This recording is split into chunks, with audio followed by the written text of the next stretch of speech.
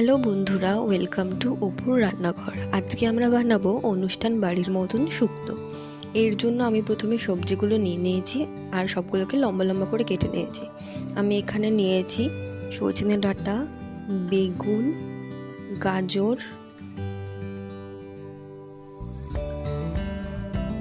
কাঁচা কলা,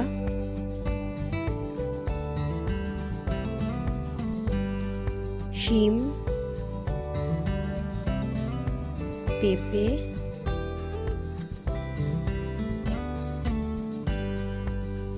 করলা, মিষ্টি আলু,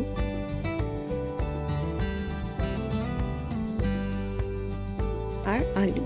সব সবজিগুলোকে কেটে আমি ভালো করে ধুয়ে নিয়েছি। এবার আমি কড়াইয়ের মধ্যে দিয়ে দেবো রাঁধুনি আর মৌরি। এটাকে আমি ভালো করে ভেজে নিয়ে গুঁড়ো করে নেব। তারপরে আমি বড়িটা ভেজে নেব। লাল লাল হয়ে গেলেই বড়িটা তুলে নেব। তারপর আমি এক এক করে সব সবজিগুলো ভেজে নেব। প্রথমে ভেজে নেব বেগুন, আর তারপরে উচ্ছে আর বেগুনটাকে আলাদা আলাদা করে ভেজে নিয়ে তুলে নেব। এবার আমি তেলের মধ্যে দিয়ে দেবো শুকনো লঙ্কা, তেজপাতা আর পাঁচফোড়ন। এর মধ্যে এবার আমি বাকি সবজিগুলোকে এক এক করে দিয়ে দেবো।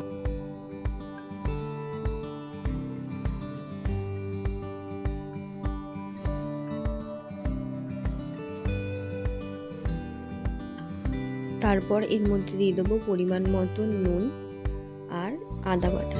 এই আদা বাটাটা তোমরা একবারে প্রথমেই ফোড়ন দেওয়ার সময় দিতে পারো, আমি এটা পরে দিয়েছি। তারপরে এর মধ্যে দিয়ে দেবো পোস্ত বাটা। এবার সব কিছু ভালো করে মিশিয়ে নিয়ে আমি এর মধ্যে দুধটা দিয়ে দেবো। আমি এখানে এক বাটি মতো দুধ দিয়েছি, ঠিক সম পরিমাণে জল দেবো। তোমরা চাইলে জলটা নাও দিতে পারো, শুধু দুধের উপরেও এটা করতে পারো। এরপর আমি কিছুক্ষণ ঢেকে সবজিগুলোকে সেদ্ধ হতে দেবো 3-4 মিনিটের মতন। তারপরে আমি ঢাকা খুলে এর মধ্যে ভেজে রাখা উচ্ছে আর বেগুনটা দিয়ে ভালো করে নেড়ে ভেজে রাখা বড়িগুলো দিয়ে দেবো। আর প্রথমে যে মশলাটা ভেজে গুঁড়ো করে রেখেছিলাম সেটা দিয়ে দেবো। আর দেবো সামান্য পরিমাণে চিনি আর 1 চামচ মতন ঘি। দেখো আমাদের শুক্তোটা রেডি হয়ে গেছে। তো ভিডিওটা কেমন লাগলো অবশ্যই আমাদের কমেন্টের মাধ্যমে জানিও। আর ভালো লাগলে একটা লাইক করে দিও আর চ্যানেলটিকে সাবস্ক্রাইব করে দিও। Thank you.